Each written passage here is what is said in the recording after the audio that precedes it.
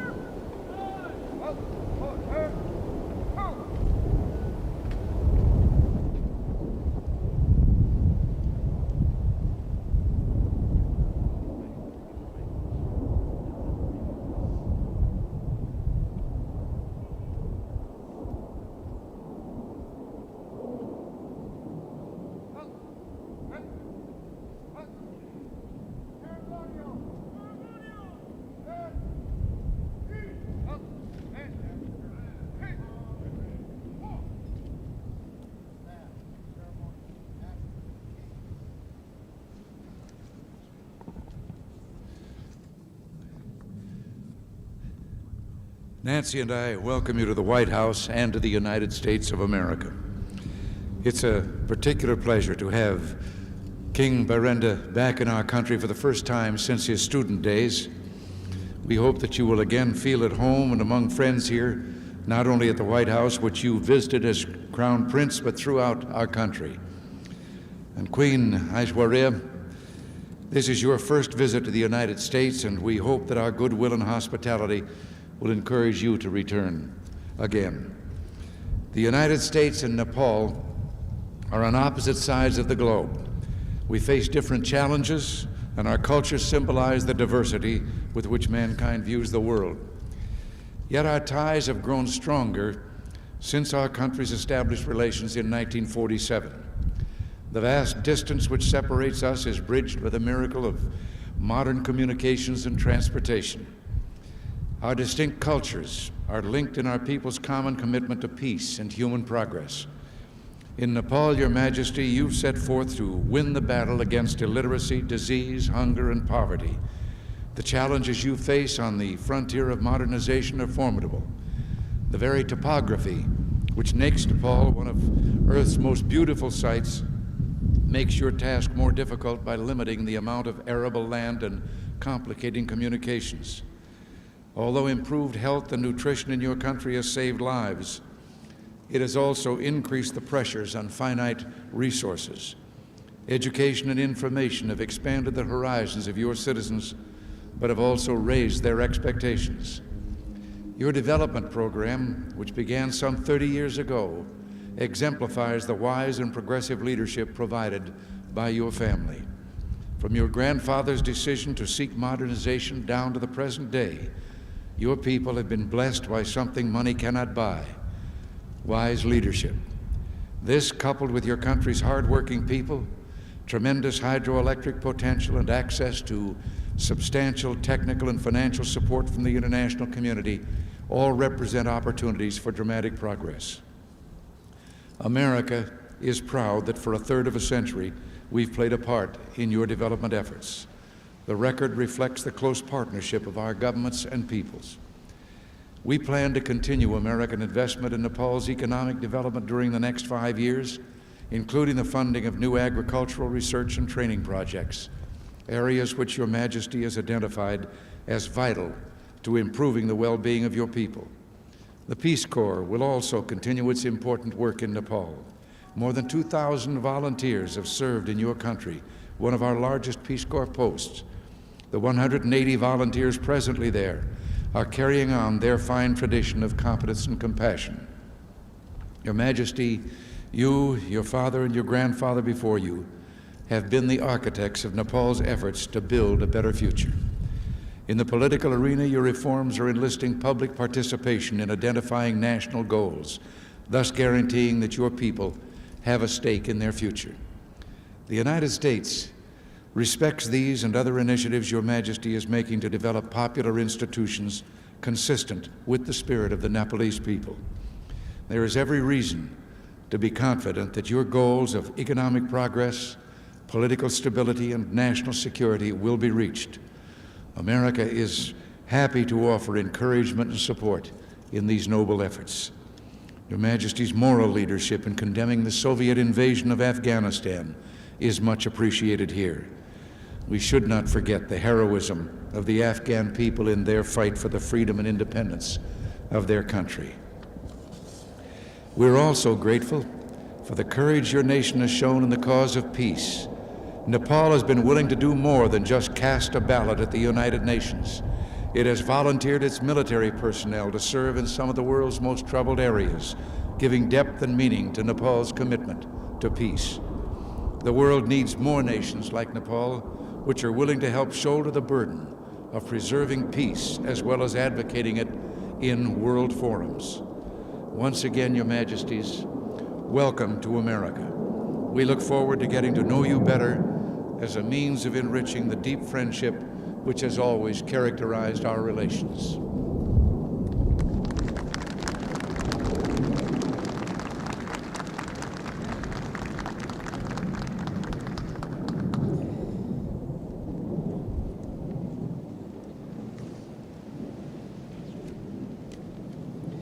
Mr. President, Mrs. Reagan, ladies and gentlemen, I'd like to thank you, Mr. President and Mrs. Reagan, for this welcome ceremony and for the warmth with which my wife and I, along with the members of my entourage, have been received here. I also wish to convey to you, and through you to the government and people of the United States, greetings and good wishes of the government and people of Nepal. For me, it is also a nostalgic moment. I recall with fondness the time I had stood by my august father, late King Mahendra, on a similar occasion in a similar setting here in 1967. I do not feel a complete stranger to this land. Indeed, I come to you in the spirit of a friend who has had the benefit of studying in one of your leading institutions of learning. Inspired as Nepal and the United States are by the common goals of striving for freedom and dignity of man, it is also a fulfilling experience for me to be back here again. Mr. President, few things in the history of man have been as eventful as the discovery of this newfound land. It gave birth to a republic known not only for its inspiring ideals, but also for the most epoch-making feats of scientific endeavor. Viewed from this angle, America stands on the very forefront of modern history. Indeed, what the United States represents is a harmonious amalgam of high human and material achievements rarely surpassed elsewhere in the world.